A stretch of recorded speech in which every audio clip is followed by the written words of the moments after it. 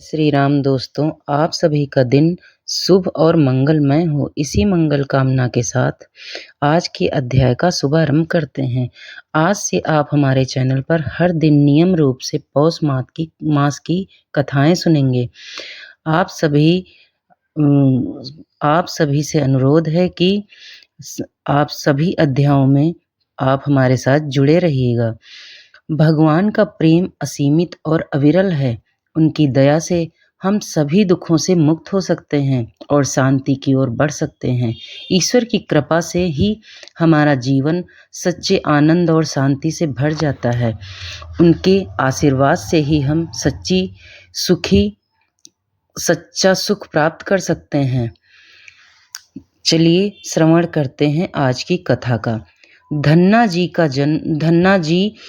के पिता रामेश्वर जाट एक सामान्य किसान थे जो अपनी खेती बाड़ी से परिवार का पालन पोषण करते थे। खेती के अलावा रामेश्वर जी के पास कई बहुत सारी गायें थीं।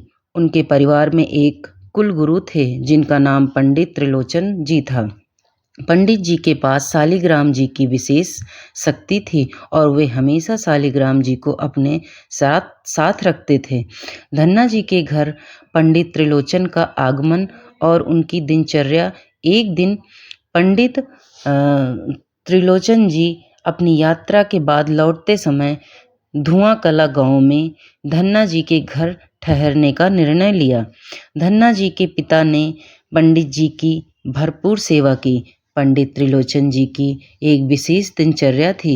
वे हर सुबह गंगा स्नान करते और उसके बाद अपनी झोली से शालिग्राम जी को निकालते। शालिग्राम जी को एक खास आसन पर बिठाकर उनका जलाभिषेक करते, उन्हें सुंदर फूल अर्पित करते और भोग लगाने के बाद ही स्वयं भोजन करते थे। बालक धन्ना पंडित जी को यह सब करते हुए देखता था। उसे भगवान की सेवा बहुत पसंद आई। धन्ना जी की मासूम जिद बहुत पसंद आई। कुछ दिन बाद जब पंडित जी उनके घर से जाने लगे तो धन्ना जी से शालिग्राम भगवान को लेने की जिद करने लगा और पंडित जी से बार बार कहने लगा कि मुझे ठाकुर जी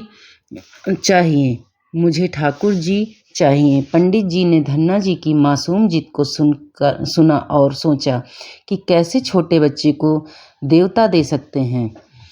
उन्होंने धन्ना को समझाया, बेटा तुम अभी बहुत छोटे हो, तुम ठीक से सेवा नहीं कर पाओगे। जब तुम बड़े हो जाओगे तब हम तुम्हें एक अच्छा ठाकुर जी देंगे। लेकिन धन्ना जी की जिद इतनी मजबूत थी कि वह पंडित जी की बातों को नहीं मान रहे थे। उसके माता पिता ने भी उसे समझाने की कोशिश की। धन्ना के पिता ने कहा, हम जाट लोग हैं, पूजा पाठ हमारे बस की बात नहीं है। हम सीधे साधे किसान हैं। पूजा पाठ पंडितों का काम है। तुम पंडित जी की बात मानो और शालिग्राम जी को छोड़ दो। लेकिन धन्ना का रोना और उसकी जिद कम नहीं हुई। धीरे धीरे पड़ोस के लोग भी आ गए और पंडित जी से अनुरोध करने लगे कि धन्ना की इच्छा पूरी करें। उन्होंने कहा, बच्चों को समझाना आसान नहीं है। उसे यह नहीं पता कि सामान्य पत्थर और शालिग्राम में क्या फर्क है। आप एक शालिग्राम दे दो, चाहे वह सामान्य पत्थर ही क्यों न हो।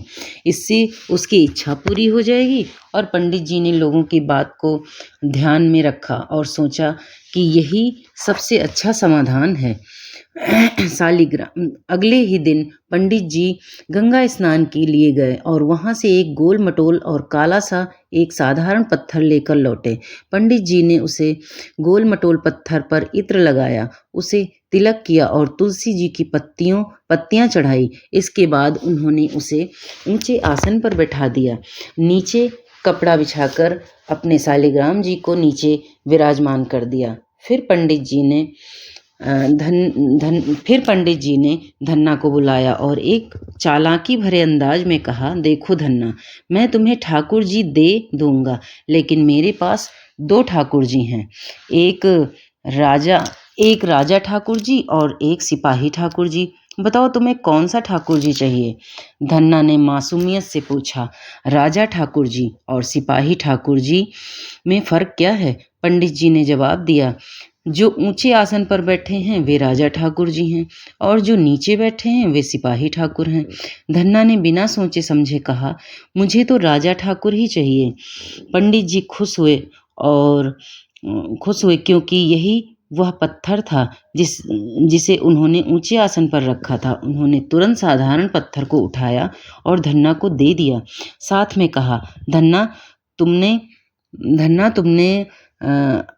राजा ठाकुर जी ले लिया, लेकिन उनकी पूजा बहुत श्रद्धा से करना। भोग लगाने के बाद ही भोजन ग्रहण करना।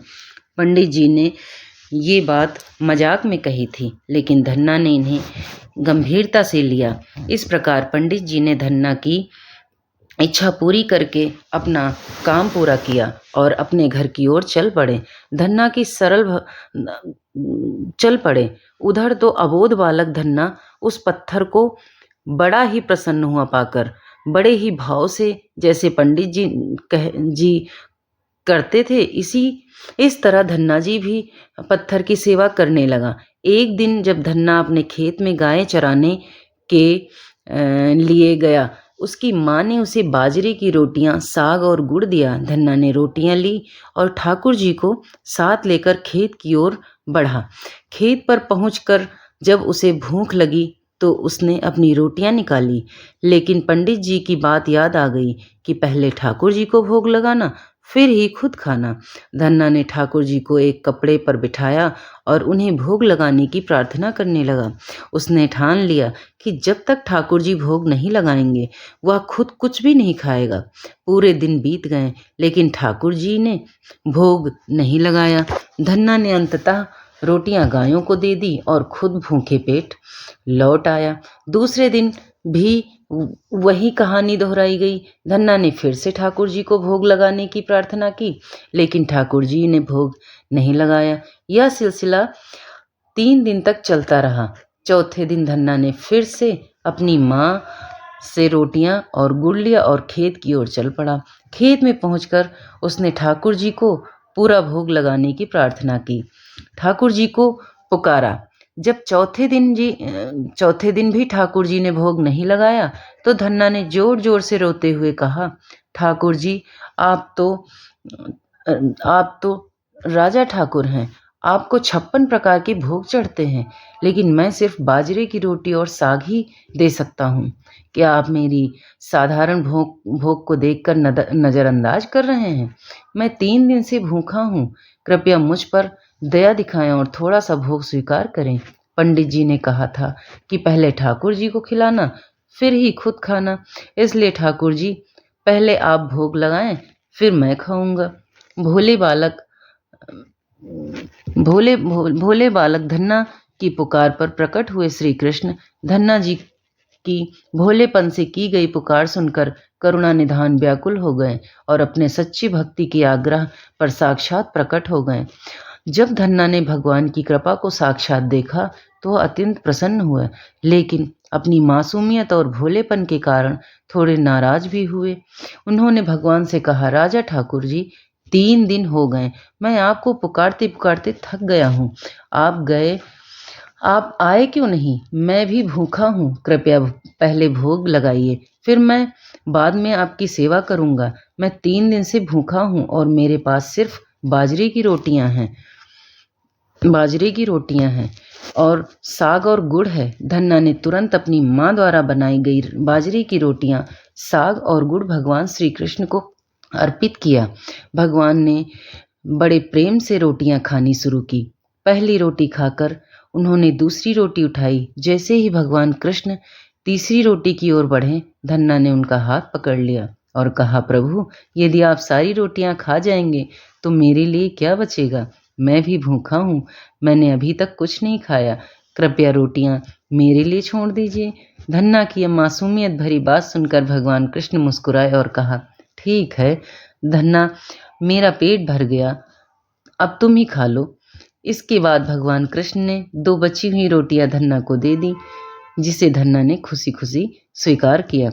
जब भगवान कृष्ण बने धन्ना के गोपाल और चराने लगे गाय, इस घटना के बाद धन्ना ने रोजाना यही नियम बना लिया कि जब भी वह गायों को चराने खेतों में जाता तो भगवान कृष्ण के साथ भजन और पूजा करता। एक दिन भगवान कृष्ण ने धन्ना से कहा, धन्ना तुम रोज मेरी रोटियां खिलाते हो और मैं उन्हें रोज खाता हूँ। मुझे ये अच्छा नहीं लगता, क्या तुम मुझे कोई काम दे सकते हो? धन्ना ने आश्चर्य से पूछा, प्रभु क्या मैंने कोई गलती की है? आप इस तरह की बातें क्यों कर रहे हैं? भगवान कृष्ण ने उत्तर दिया, धन्ना ऐसा कुछ नहीं है, मैं बस इतना कहना चाहता हूँ कि मुझे तुम्हारी मुफ्त की रोटियां खाकर अच्छा नहीं लगता है, और तुम मुझे कोई काम बताओ और मैं वह काम करूँगा और तुम मुझे रोटियां खिलाते रहोगे। धन्ना ने सोचा, प्रभु आप तो राजा ठाकुर हैं, आप क्या काम कर सकते हैं और मैं एक छोटा सा बालक हूँ, मैं आपको क्या काम दे सकता हूँ? भगवान कृष्ण ने कहा, धन्ना मुझे गायों को चराने का बहुत अनुभव है, मैंने अपने बाबा के पास बहुत दिनों तक गायें चराया है, तुम्हारी रोटियों के बदले तुम्हारी गायों को चरा दूंगा। धन्ना ने कहा, ठीक है प्रभु, जैसी आपकी इच्छा। इस प्रकार कृष्ण ने धन्ना की गायों को चराना शुरू कर दिया। एक दिन पंडित जी ने धन्ना को शालिग्राम का पत्थर दिया। धन्ना के घर पर आए। धन्ना ने पंडित जी को देखकर उन्हें प्रणाम किया। पंडित जी ने हंसी हंसी से धन्ना से पूछा, तुम्हारे राजा ठाकुर कहाँ हैं? उनकी सेवा ठीक से कर रहे हो ना? धन्ना ने उत्तर दिया, ठाकुर जी अभी गायें चराने गए हैं, वह रोज इसी प्रकार गायें चराते हैं। पंडित जी ने हंसते हुए कहा, अरे तुम अभी भी बच्चे हो, कैसी बात कर रहे हो? धन्ना के माता पिता ने भी कहा, वह रोज ऐसा ही कहता है, सुबह गाय चराने ले जाता और शाम को वापस घर ले आता। धन्ना ने दुखी होकर कहा, गाय चराने ले जाता और शाम को वापस ले आता। धन्ना ने दुखी होकर कहा, कोई मेरी बात पर विश्वास क्यों नहीं करता है? पंडित जी ने पूछा, कैसे विश्वास करूं? धन्ना ने मुस्कुराते हुए कहा, वही पत्थर तो गाय चराने गया है। धन्ना ने पंडित जी को विस्तार से बताया कि कैसे भगवान कृष्ण ने उस पत्थर में प्रकट होकर रोज उनके साथ गायें चराते हैं। पंडित जी को विश्वास नहीं हुआ तो धन्ना ने आग्रह किया कि आप शाम को मेरे साथ चलें, मैं आपको भगवान से मिलवाऊंगा। धन्ना की भक्ति से धन्ना की भक्ति से गुरुजी प्रसन्न हुए। शाम को जब धन्ना अपने गुरुजी को लेकर जंगल गए तो उन्होंने देखा कि गायें चर रही थी। गुरुजी ने धन्ना से पूछा, तुम्हारे ठाकुर जी कहाँ हैं? दिखाई नहीं दिए। धन्ना ने ठाकुर जी की ओर इशारा करते हुए कहा, ठाकुर जी गायें चरा रहे हैं, आपको दिख नहीं रहे? गुरुजी ने उत्तर दिया, हमें तो नहीं दिख रहे। धन्ना तुरंत भगवान कृष्ण के पास गया और विनम्रता से प्रार्थना की, प्रभु कृपया मेरे गुरुजी को आपके दर्शन दे दीजिए। भगवान कृष्ण ने उत्तर दिया, हम तुम्हारे सखा हैं, हम केवल तुम्हें ही दिखेंगे। धन्ना ने उत्तर दिया, ऐसा मत कहिए, आप और मुझे मिलाने वाले हमारे गुरुजी ही हैं, उन्होंने ही हमें आपसे मिलाया है। धन्ना की बात सुनकर भगवान कृष्ण प्रसन्न हुए और प्रकट हो गए। यह देखकर दूर खड़े गुरुजी की आंखों में आंसू भर आए। उन्होंने धन्ना को प्रणाम करते हुए कहा, धन्ना तेरी भक्ति धन्य है, तूने पत्थर में से भगवान को प्रकट कर लिया है। जय श्री राम। दोस्तों अगर ये कहानी पसंद आई है तो चैनल को लाइक शेयर और सब्सक्राइब करो और हमारे चैनल पर पूरे 30 दिन तक कहानियाँ